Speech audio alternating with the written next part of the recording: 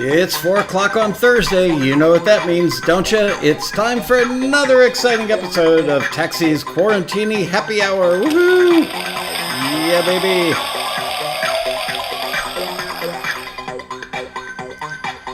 Thank you, fake band. Thank you, fake audience. Let's say hello to the folks in the chat room. There you guys are. Do we know what today's show theme is? No, not really. I told you when I started this thing we weren't going to plan much. Please tell me that you guys can see me. Okay, there you go. I know that you've got me now. Hello, Bob Gunnerfeld, Uwe Shai, Darren Moss, Dan Weber, The Element, Darren Fletcher, Horacio Emil, Martin Gravel, Dean Turner, We Will Write You a Song, Greg Carosa, Nancy Colell, Patrick Adams. Hey, you guys. So yeah, I've got the big arch window in front of me wide open today. Here, I'm going to show you guys something I haven't shared yet.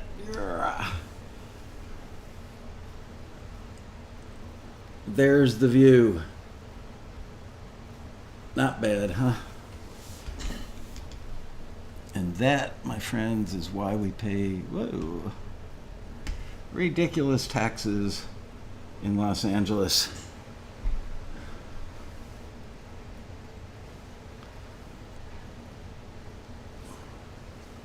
Man, I am not doing so well getting that camera together.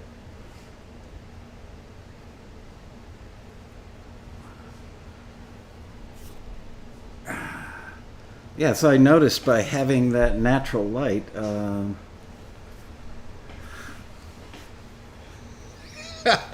I can't get it together. That's as close as we're going to get, I'm afraid. There we go. Not so bad. Yeah, not a lot of planning went into today's show. Yep, that's natural light. Still at 720. How's it look?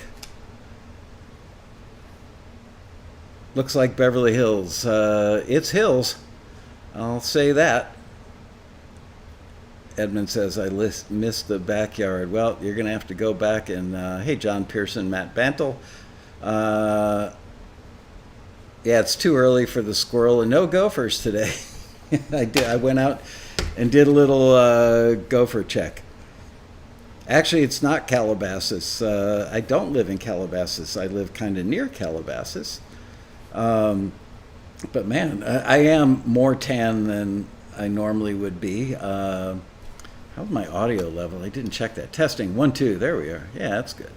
I normally don't really care about being tan, just doesn't matter. I'm an old studio rat and I look best with a studio tan anyway. But I would say probably 3 or 4 days a week. I go outside. I'll work for a couple hours and go outside, sit in the sun for 10 or 15 minutes, sometimes even 5 minutes, you know. And so I've got a little bit of a tan going, and wow, it really looks good in this light. I will tell you that on Monday's episode of Taxi TV, we've got another mystery music library owner joining us. Interesting perspective from this gentleman because he was, well, still is, I think, a taxi member. I remember when he came to his first road rally and had a really good stroke of luck happen to him in the bar area at the rally. And don't blurt out his name if you guys know this story. Anyway, he was a member that started becoming pretty successful relatively quickly because he worked hard and he worked smart. And some years later, he called me up and said, I'm thinking I might want to start a production music library. Would it be all right for me to run listings with Taxi? And generally speaking, we won't work with a new company unless it's a company that has been founded by somebody who, let's say, was vice president of another library and left to start his or her own. You know, they've got to be a real person in the real industry and have that experience. But I knew this gentleman pretty darn well and know him to be a man of good character and very good at the businessy side of stuff, and just had a good feeling. And I said, I'm going to make an extremely rare exception in your case, and I'm going to allow you to do it, but I want you to start out being non-exclusive. So that way, if it goes to hell in a handbasket, no harm, no foul. Anyway, he started the library some years ago, and it's a great library, and there are many taxi members in the library, and they get placements, and everybody's happy. So I think he's going to bring kind of the approach I'm going to take is his story, going from composer to library owner, and now that he is an owner and does so much on the business side of things, looking back at himself as a young taxi member. I don't mean young age-wise, I mean young in his arc with taxi. What would he tell himself back then? What were the mistakes that he now looks back and sees that he might have made that some of you or some of our other members might be making? I think it'll make for an interesting show. So that is on tap for Monday. Excited about that. I know what I want to do. So, speaking of people who are starting music libraries, no, not me. About, I don't know, 6 weeks ago, 8 weeks ago, 10, I've lost all track of time. I don't know. I think it was before we bugged out of the office on March 20th that a gentleman reached out to us, actually found our website, reached out to us, and he said, I'm a fairly high-end video editor, and, here's my IMDb link, and we looked at his list of things that he's edited on, very impressive list, and he's been doing it for a lot of years. And he said, I also am a musician and have my own stuff in certain libraries, and I use a lot of libraries, obviously, when I edit, especially in editing reality TV shows, which he does a fair amount of. He said, I want to start a library, and I can get the shows that I'm working on to use that library. And can I run listings with Taxi? So we took a chance on him because he had a very credible background. And today, hello, Jim Stamper, Linda Cullum, Mark Stone, Mark Reel. So he got his first batch of music from us yesterday, I think, or the day before. Anyway, so far he's received 2 batches of music from us, and this was part of an email that we got from him today. Hey, Taxi, I've previewed everything so far, and wow, exclamation point. So much great stuff here, and such specific great briefs you wrote too to get those tracks. So I assume at this point the process is I just reach out directly to composers with deals? Yes?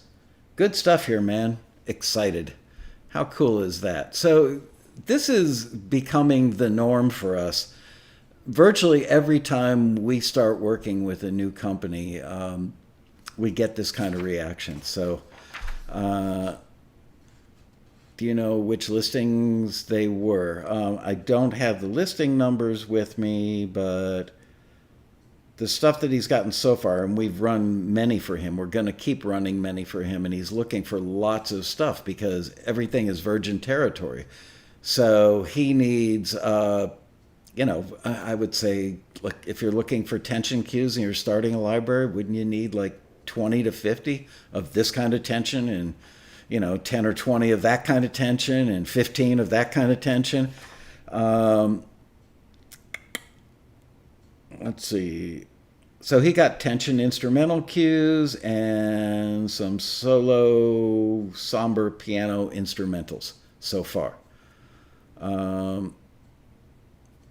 Anyway, there you go. So just wanted to let you know that's the kind of stuff we hear around the office. And yeah, it was mentioned in the listings. It's an editor starting his own company. We're really excited about this relationship. I mean, frankly, I don't know that other than having, other composer friends maybe, we're pretty much his only resource for finding music. And now that he's heard the quality of what you guys are making that we can filter and get into his hands, I think that we will remain, Taxi will remain very high on his list of resources. So anyway, Richard Carr says, solo somber piano sounds like half my catalog. Oh, you must be a joy to hang out with, Richard. I'm kidding. Anyway, I saw that and was tickled, to say the least. Man, I can't stop looking at how tan I look. Oh, man. So, Quarantinas. That's what my wife says. Every day she comes downstairs and she goes, because I'm working on the first floor of the house and she's working in a bedroom upstairs. And she comes down, she goes, are you doing a Quarantini? Yeah, it's a Quarantini. And we do have to make Quarantinis one day. We'll have to give a big heads up so everybody can run out and buy the emergency packs, that vitamin C powder in an envelope stuff they make. That's what goes into a Quarantini. So, yeah, we got to make some of those dudes.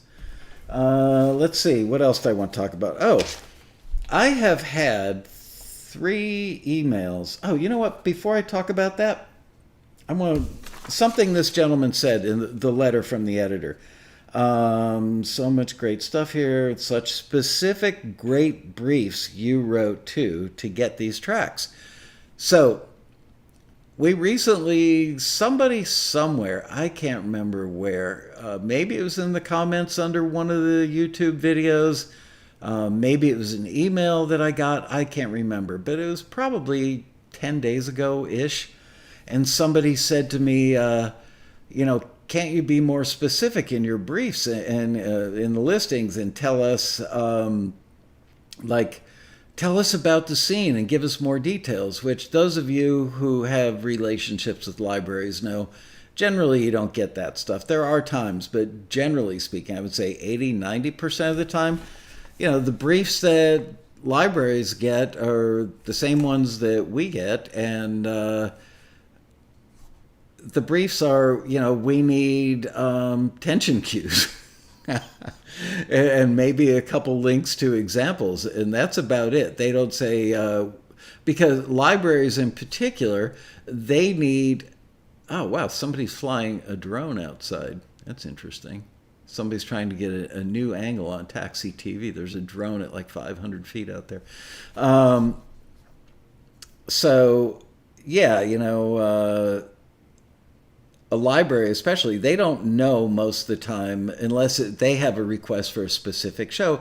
They're just looking for stuff generally, this genre, this style, tension cues we might need, or they might need, like competition tension for who gets the rose on The Bachelor. They might need tension like CSI lab style tension.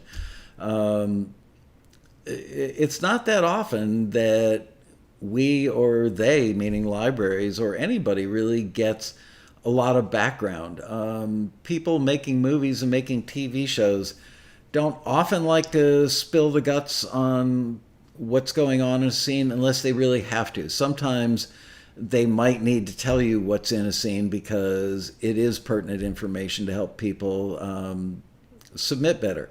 And when we get that stuff, we give it to you. But generally speaking, no. Cameron too, that's right. I actually bought a thing, I can't remember the name of it, but it's sitting at the office now, but it's a live switcher. Eventually Taxi TV will have a 2-camera setup, so when I've got guests sitting with me, we can go back and forth between like a 2-shot and a 1-shot of the guest.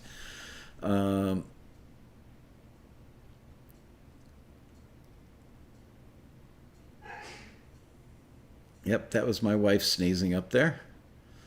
Okay.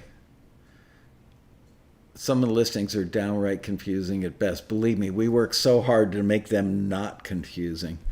Yes, I did get a haircut, Ruben. I got a haircut a few days ago. On Monday, I was actually the first victim of my haircutter when he went back to work.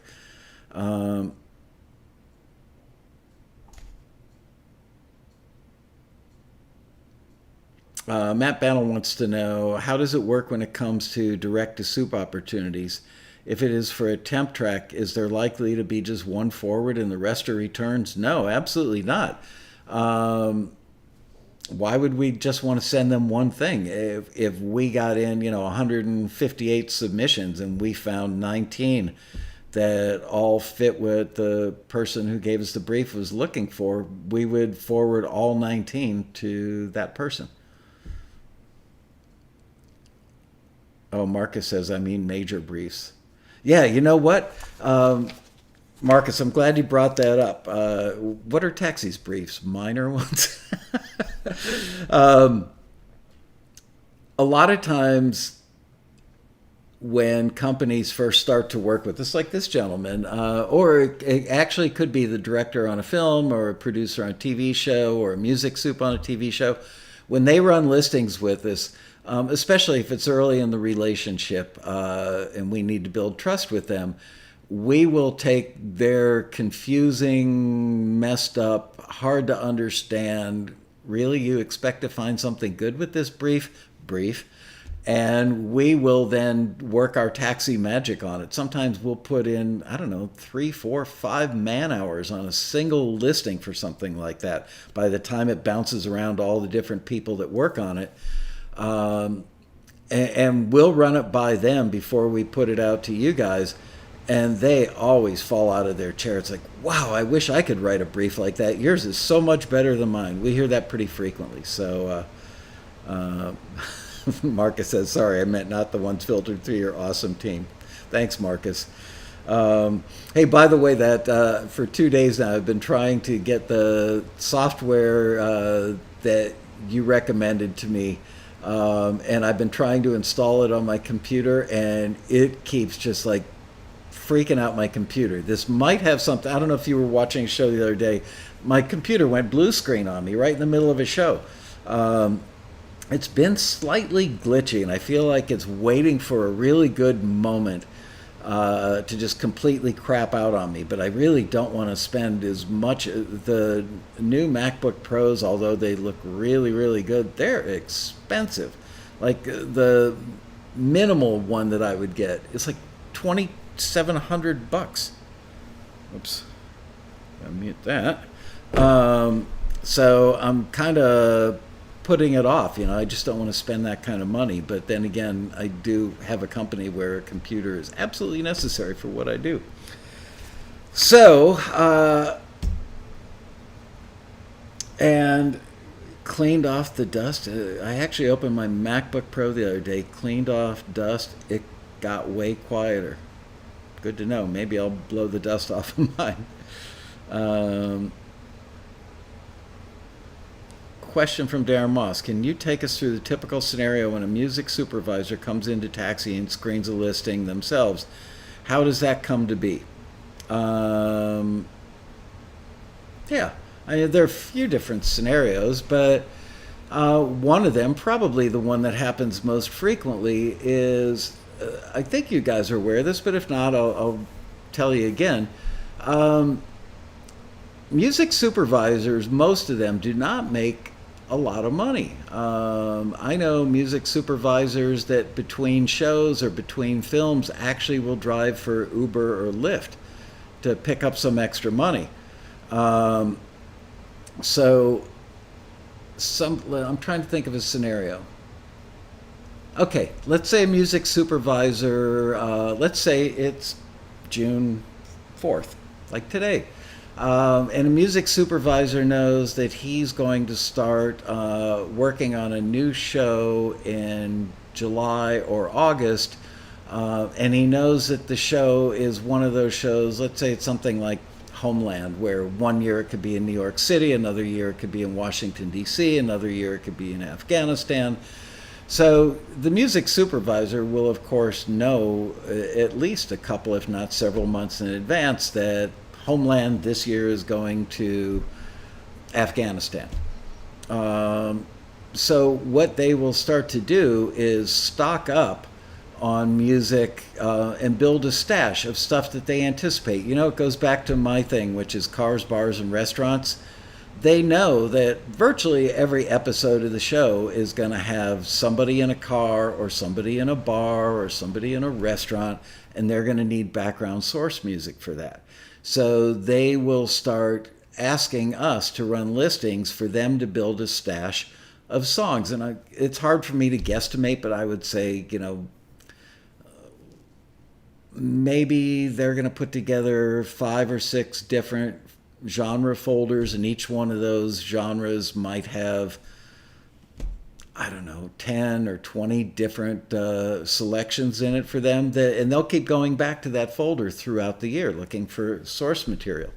Background source, which would be music, let's say, that plays in a bar out of a jukebox, or somebody gets in an elevator in a hotel and there's elevator music playing, or they walk up to register at a hotel and there's that faint kind of, room tone and maybe very faint music playing in the background of the lobby. So sometimes they will say to us, who are you going to have screen it? And we'll tell them, and well, we've got this guy, that guy, the other guy. And they'll say, is it possible for me to screen it? Well, it is, but you need to have the ability to communicate. You can't just go, nope, I'll take a pass. We will let you screen it if we feel that you're qualified to give feedback on what works or doesn't work in a musical context. So we literally bring them in and have them do a test screening.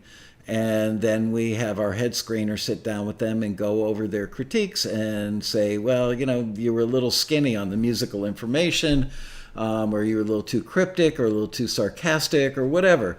And if they rise to the occasion, then they become an official taxi screener, and they're screening their own material. They're happy because everything that ends up in their folders, they picked. And you guys should be happy because you guys are getting heard by an end user. I mean, ultimately, the EP on the show is going to make the final decision, but the music soup is the person who's going to pick the stuff, slug it in there, and say, well, EP, do you like it? So it's a killer opportunity for you. And it's an opportunity for them to make money doing something when they're off for summer hiatus other than driving an Uber or a Lyft. So there you go. That's the answer to that.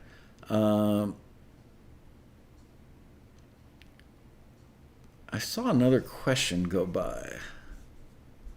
Let's see.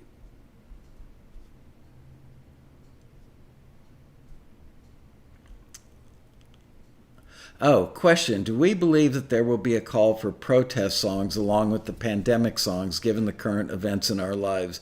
Just had a thought about that. Yeah, we've been talking internally about that at Taxi.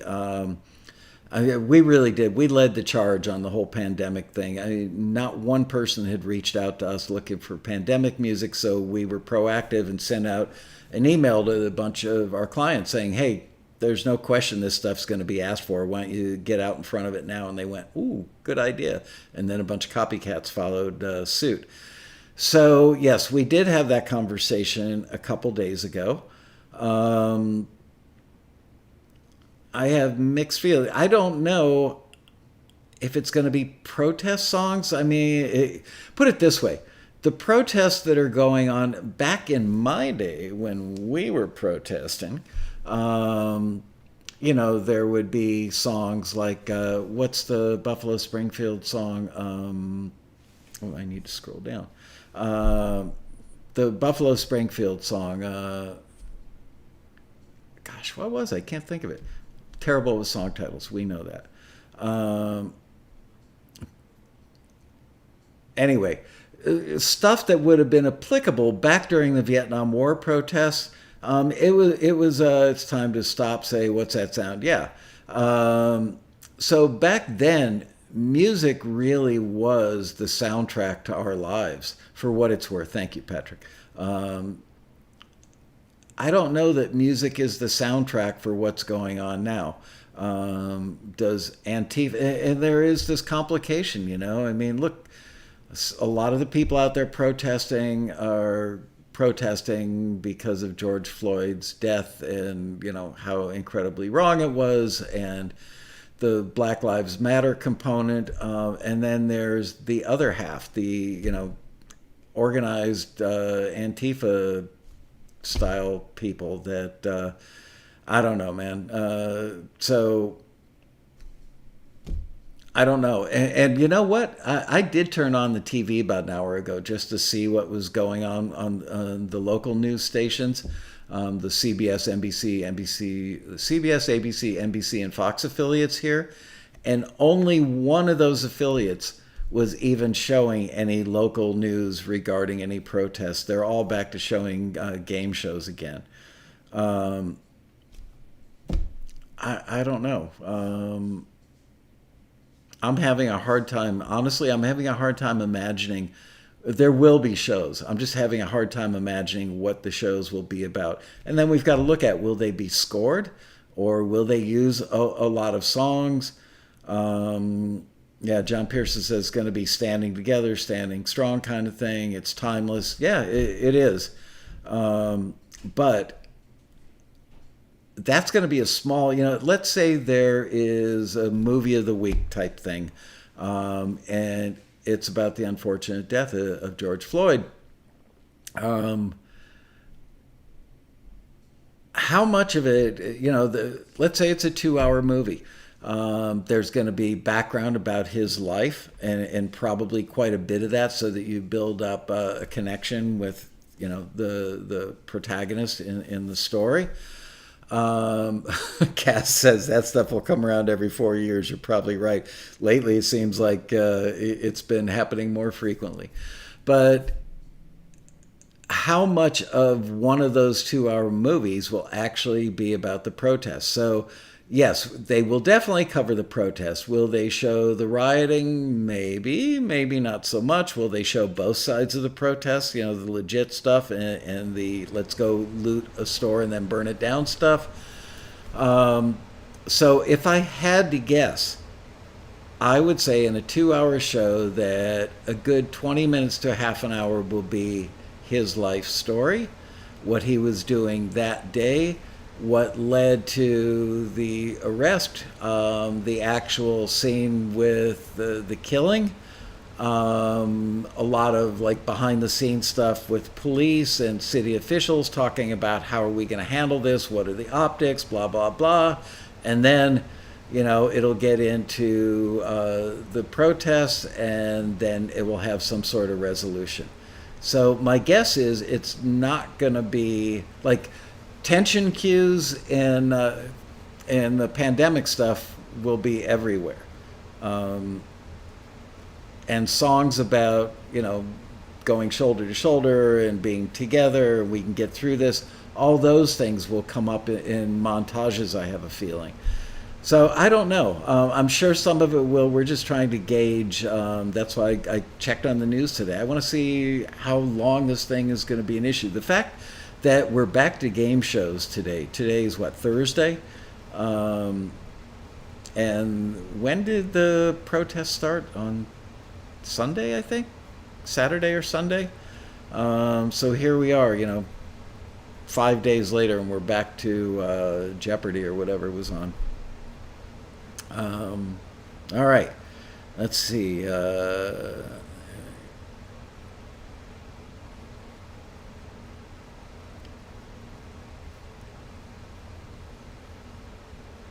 Yeah, there are going to be a lot of shows about COVID. Everybody in the industry is talking about it. You know why? Because there are a million human stories to be told.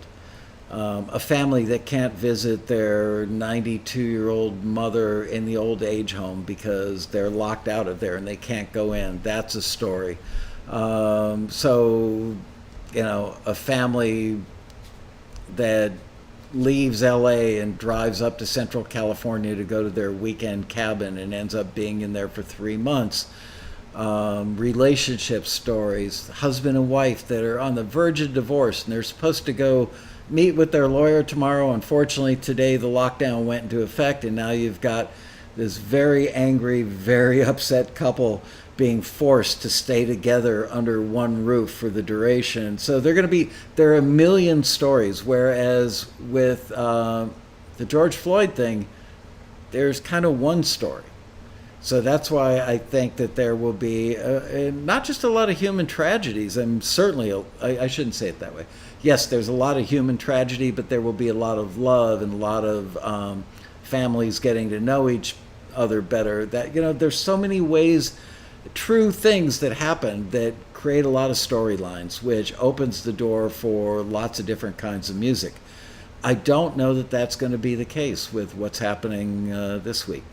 Anyway, good questions. Glad you're asking, and just want you to know we are thinking about it. Um, Man, you guys are talking fishing. For those of you who didn't see yesterday's show, Jan Weilage sent this in. Her son caught I think she says a 26-pound snook, my favorite fish in the world, and that was a beauty. And he released it, even though they're incredible to eat. He released that one because it was too big. John Pearson, here we go. Yep. All right. What else do I want to talk about today? What did I do with that book? There it is. You should see this table. It looks like a bomb went off on it. I bought this book probably 3 or 4 months ago. I'm mystified by social media. I have not yet really seen it generate new members for Taxi, although I'm sure it has some effect. I have no doubt that it has some effect. Actually, our YouTube channel, I think, gets more love because we make more of a connection here than you do in a tweet or a Facebook post. Anyway, I know this guy, Dan Kennedy, because I've read several of his marketing books over the years, and he's a co-author on this book, so I knew it had to be good. So I started just thumbing through it. I was looking for ideas for today's show that I could talk about from this book about social media, and I really didn't find anything that was that applicable. I'm sure stuff's in there. I just had like 10 minutes to thumb through it. Anyway, if you are befuddled by social media and you want to do it right, social media is not going to work out for you if you post a tweet, once or twice a week, even once a day. If most of what you're doing on Facebook is, I got another cheeseburger to eat tonight while I'm working in the studio, it's got to be better than that. Social media is about building a connection. If I were a musician making a record, and I wanted to use social media effectively, and this is from a guy who hasn't read that book. I have read other books on social media, but what I would do would involve my fan base in the making of the record. I would have them, I would do do a live stream every night in the studio. And have people sit there with you when you're working on stuff and say, do you like this kick drum sound or that kick drum sound? Does it feel like the verse is too long? Crowdsource what you're doing in the studio. It doesn't mean that you have to use everything that they suggest, or maybe use none of it, or maybe use a lot of it. But getting them so involved for people who are fans, who aren't us. We all know what a microphone looks like. We all know what a fader looks like. We all know what a Pro Tools session screen looks like. But it's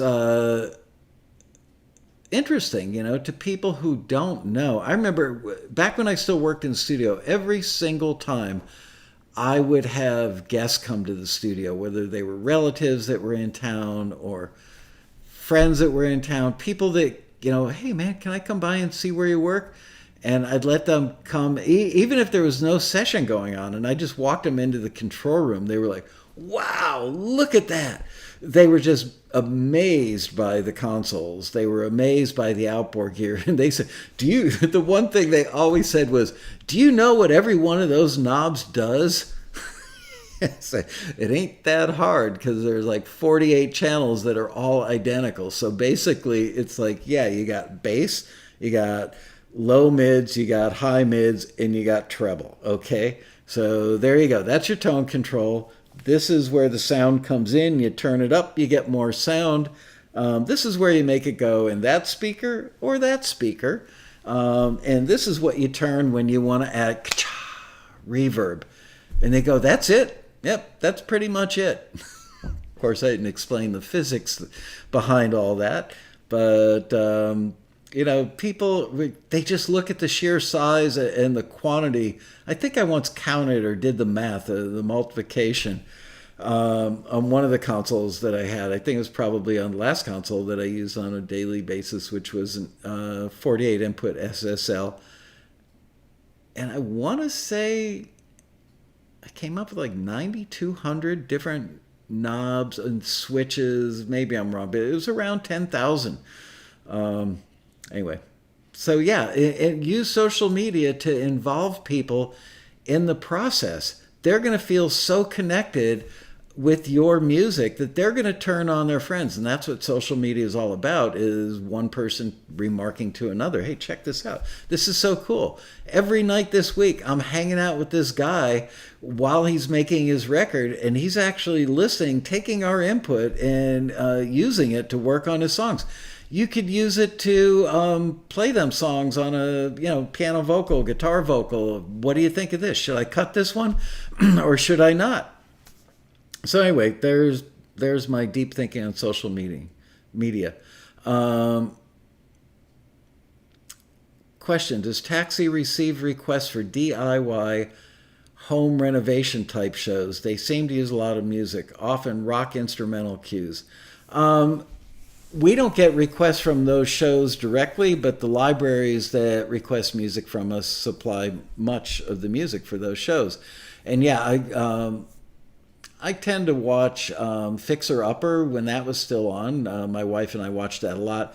She's now watching a show called Hometown with this very sweet couple from Mississippi or Alabama or somewhere. And they live in a small town. And it's,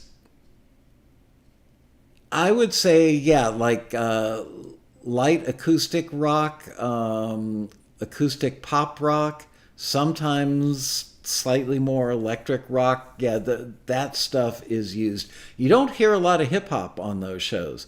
Conversely, if you're watching, something like the Kardashians, you hear a lot of hip hop, and you would probably be hard pressed to hear like a light, emotionally uplifting acoustic guitar thing.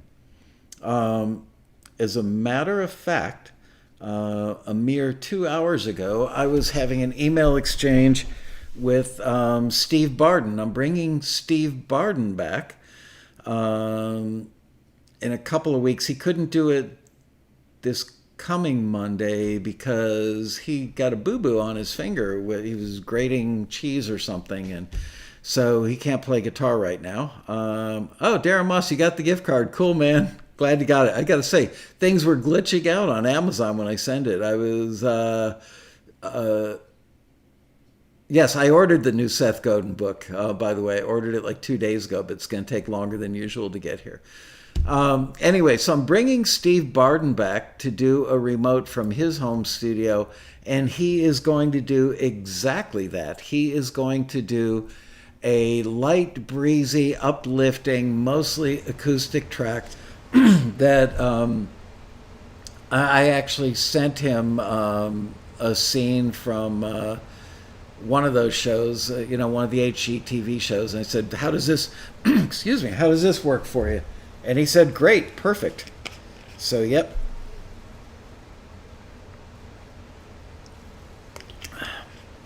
Yeah, I can't wait to get the new Seth Godin book. I love his books. They're so easy to read as well. I mean, I'm writing notes in the margins like crazy on those. What network is it on? HGTV. Rockstar. I don't have any rock stars. I brought some home from the office like a week ago when I was there, and I've gone through them all. All right. Any other questions from you guys? We got 20 minutes left and I'm out of stuff. Oh, I want to check something on my phone. Pardon me for being rude.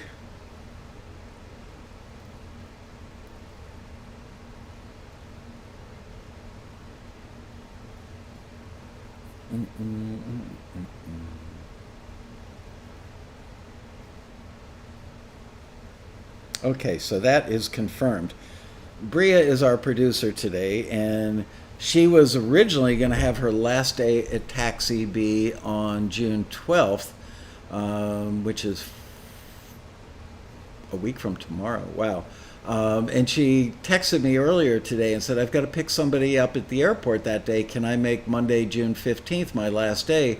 Which made me very happy because on Bria's last day, um, she's going to be my guest. She's going to come to our house and she's going to sit right here next to me, and we are going to have Miss Bria McTavish, who won't be McTavish for much longer. She's getting married in August. And yeah, Bria is getting married. And she's going back to Indiana first to get married and then ultimately going to live in Kentucky. So, yes, Bria going to be gone. Hard to believe. I mean, we've watched her grow up under our very eyes. She's it's kind of like having a fifth daughter sometimes. um, yeah, our hearts are breaking as well. There is an official Quarantini drink recipe. There's several of them. Google it. Um, maybe that's maybe we'll drink Quarantini's. Well, it won't be a Quarantini show though, but we may have to do a toast on that last day for Bria. Yep, she is a winner. Um,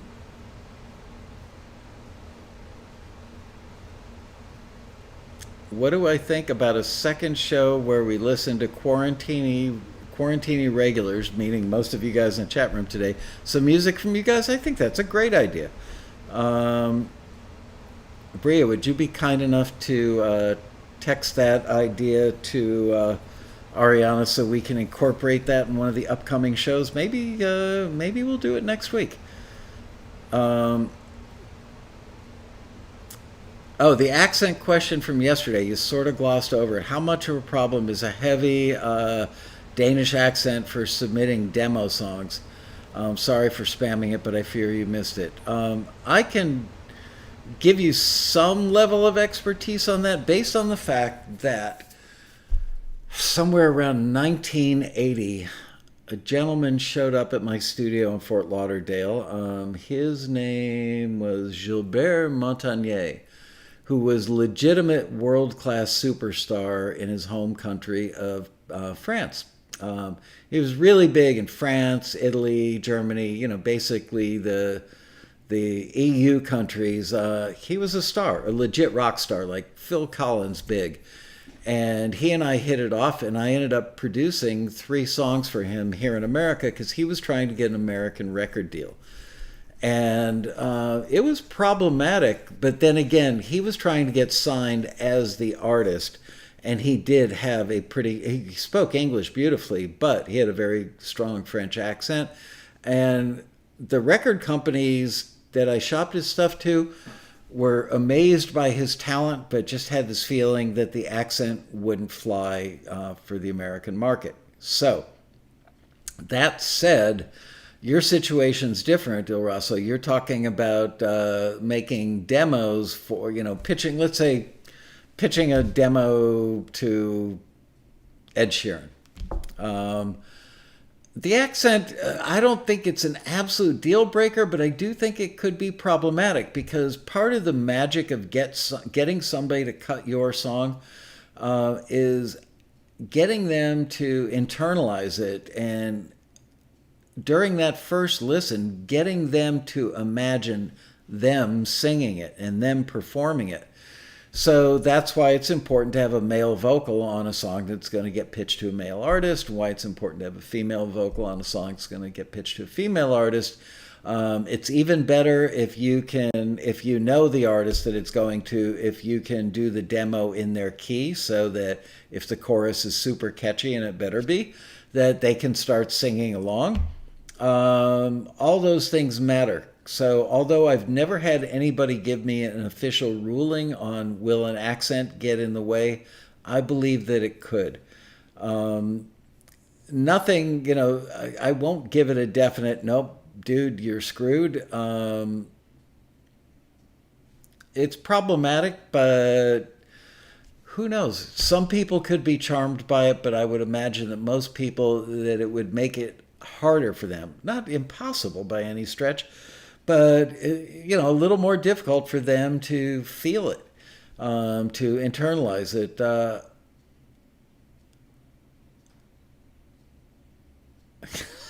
John Pierce used a vocalist from the Czech Republic a few years ago. Still waiting for that taxi listing for EDM Czech vocal songs. Czech, not that kind of Czech.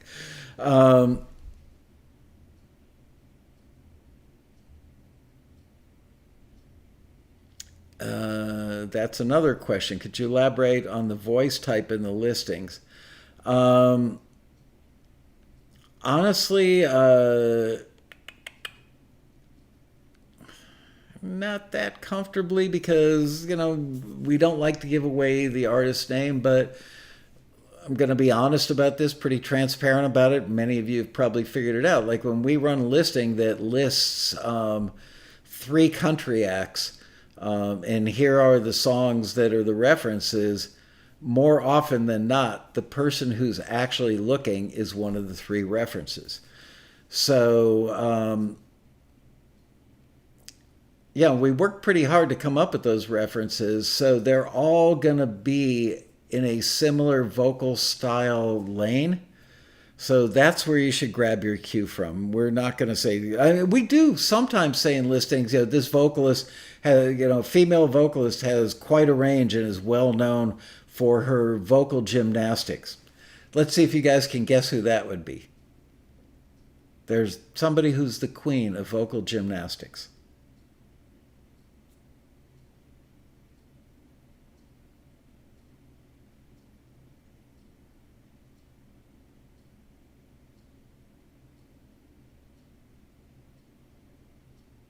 Mariah, yep.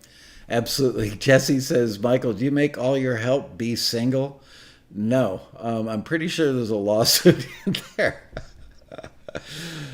Mariah Carey, yep, you guys got it. Or Christina, yep, also. So, yeah, we'll put stuff in there like that. And sometimes the people running the listing with us will actually say, we've got a new artist signed to the label. And she doesn't have she's got a very unique voice in a lower register, does not have a lot of range, therefore is looking for material that's not very rangy. So yeah, we do put that stuff in there, but we're not most likely not going to say, this artist has a very high pitched voice and almost always sings in the key of, B. It's not something you should expect. Ronda Rousey. I'm from a little hometown called Ottawa, Illinois, and a few years ago I discovered, I can't remember her name, but one of the big female wrestlers is from my hometown. When is my birthday? I don't want to give out the actual day, but I'll tell you that it's in early September. Because you never know I trust you guys. I know all you guys, but, people watch this stuff that aren't you.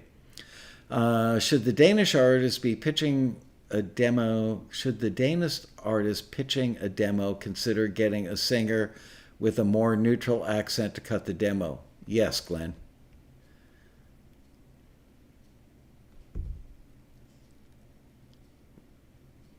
Password. What's my password? Oh, I use the word taxi as my password for everything. I like people who use their own name or their address as their password. I've seen that. Um, yeah, Jan Mileage says would not submit tenor voice as someone who sings baritone. Maybe. Yep, you're right. Taxi 1234. There you go. That's my password. You guys crack me up. So, what else? What other questions can I answer for you today?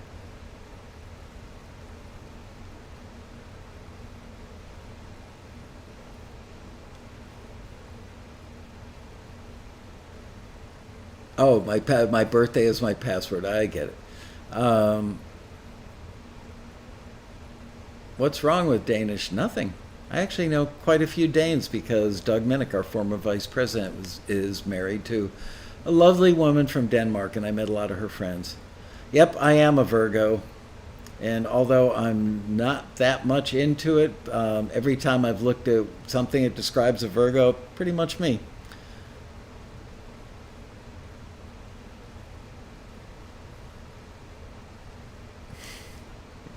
Yeah, Denmark is on my list of places I want to go. What happens when I retire? You mean if I retire? I don't know. Do you see rock coming back to the charts? Do you think it's permanent this time? Um, I think it's going to have a harder climb back than ever before. Um, how should I say this? I'm trying to think of the right way to say it. Making music on computers, the computers do so much of the heavy lifting for you that you barely, if at all, even need to know how to play an instrument. Therefore, it's much easier if you are desirous of creating music, going down the path of creating computer driven music is much easier than learning how to be a talented guitar player.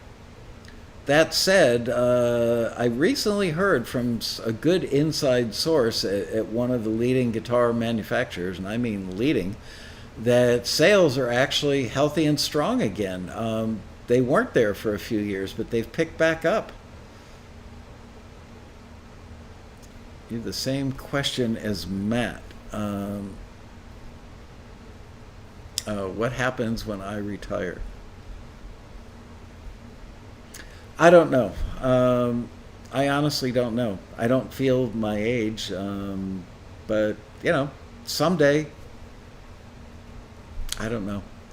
I would love the staff to take over the company because they know it better than anybody. Yeah, guitar sales doesn't equal rock coming back on the charts. It would be more of a hybrid, especially with hip hop urban. I completely agree with that. Um, yeah, they're going to be, there's renewed interest in having a guitar and playing guitar. That means that people will be creating music on guitar, but the public just can't seem to let go of hip hop beats. They just can't. It's been, remember the other day I asked our music library friend who was on the show, or you guys, somebody asked, like, what's the predominant genre? And hip hop. And we've all kind of thought it would go away, but it's still dominating the charts. I mean, hip hop beats are all over pop records now. Cass says guitar sales correlate with higher neighborhood suicides. Yeah, we will write you a song. Marcus says Imagine Dragons, 21 Pilots type stuff. Yeah.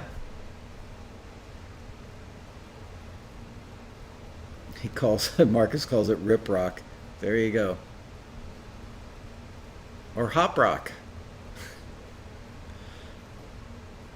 Yeah, absolutely. Hip hop is pop. Look, what was the movie about the white kid from Malibu? I think Malibu might have been in the name of the movie, and he was like this so bad wannabe hip hop guy, a gangster, and his dad was running for governor of California. What was that movie? Oh gosh. Anyway, it's probably like 12, 15 years old now, but it was a great movie, really funny. Um, once hip hop got adopted by the white kids in suburbia, oh, there goes the squirrel. um, that was it. It became mainstream. It was already mainstream in the African American community. It crossed over, but look, so did rock and roll. It's exactly doing what rock and roll did. Rock and roll really had its roots with the black music community, and then it crossed over. But then the white guys took that base of what they learned from black rock and roll. The Beatles built on Chuck Berry. There you go. Disco funk and 808s are hot right now. I don't think 808s have never not been hot.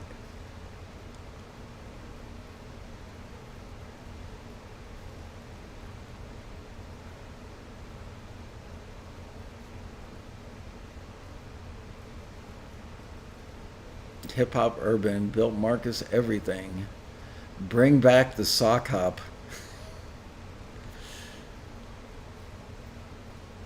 Everybody would be going in like those ankle high socks now. It's so funny. I see guys wearing, like a nice suit at a wedding, and they're wearing those, like those ankle high socks with like, a $300 pair of leather shoes and $1,000 suit. Um, Robert Velacourse, Michael, talk to your advisor about business succession planning, Keyman Insurance. I have actually. Um, had that conversation, met with certified financial planners. I got to say, you know what? Most consultants really suck. Gotta say, most of them really do. I can't tell you how many times I've hired consultants that they just have these cookie cutter game plans that I don't know. I don't want to even go down that road.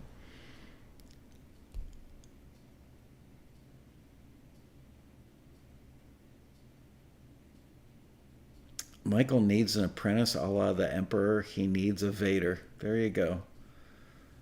Linda Cullum agrees with me about consultants sucking. They really do. I mean, I'm sure they all don't. It's a gross generalization to say that, but I've been disappointed by many. Darren Moss agrees. And you've got a business, right, Darren?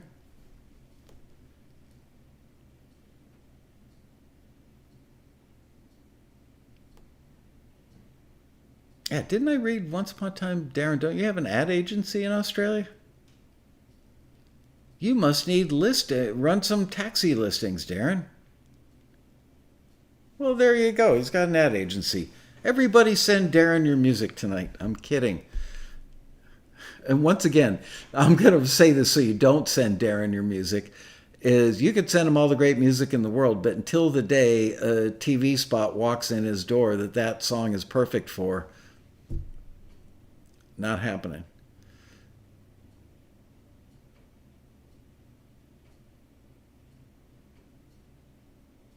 All right. Got 2 minutes left.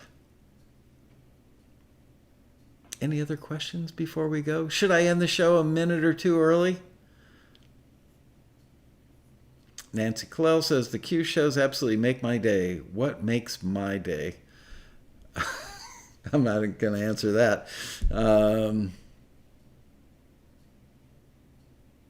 Hopefully, retirement won't be for at least 20 more years. Oh, man. Yeah, my parents and grandparents owned a small department store that was started in the 50s in my little farm town of a hometown.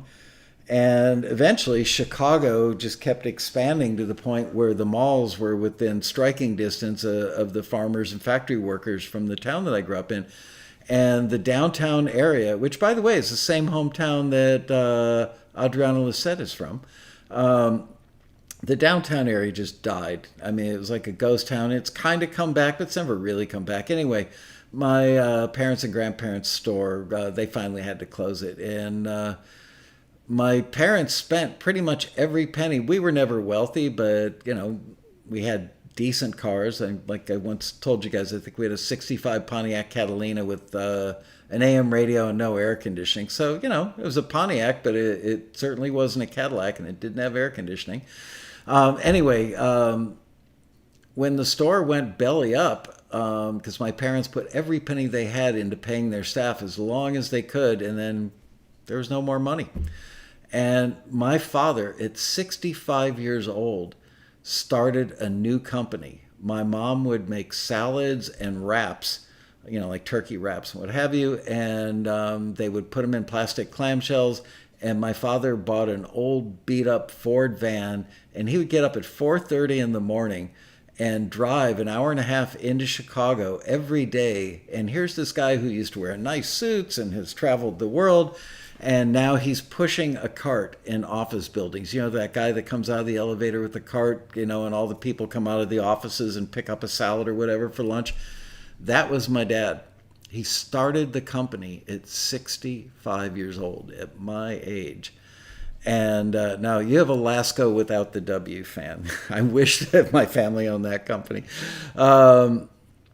Anyway, so he started that out of their kitchen in Ottawa, Illinois, and ended up selling it 15 years later, and now lives on one of the nicest blocks of real estate. My mom passed away about 4 years ago.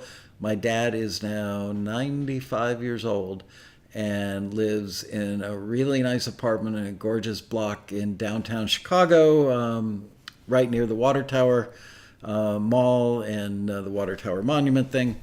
The only thing that didn't burn down during the Great Chicago Fire. Anyway, so I can't even imagine how he had the physical stamina and the willpower. I once asked him, Dad, like, you know, I know how hard it is to start a business. How did you find the inner strength and the physical strength to do it? And he said, if it didn't succeed, we would have starved. Because at 65, you can't go out and get a job.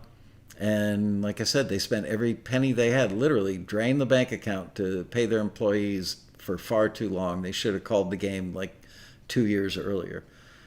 So that's the stock that I come from. Anyway, that's it. Hope that story inspired you. Certainly has inspired me.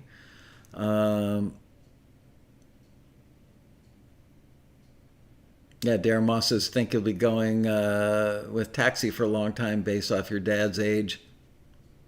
Yeah, sometimes I wonder, though, you know, at my age, are my ears, you know, appropriate? You know, I don't know. But then again, I don't do, I'm not the guy who decides what gets forwarded. Boy, are you lucky. Anyway, that's that. If you guys do me a favor, I don't have an idea for tomorrow's show either.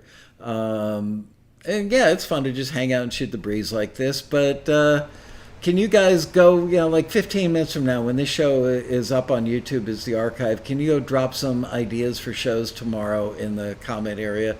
And if you're new to the gang here and you're not a subscriber, smash that red subscribe button.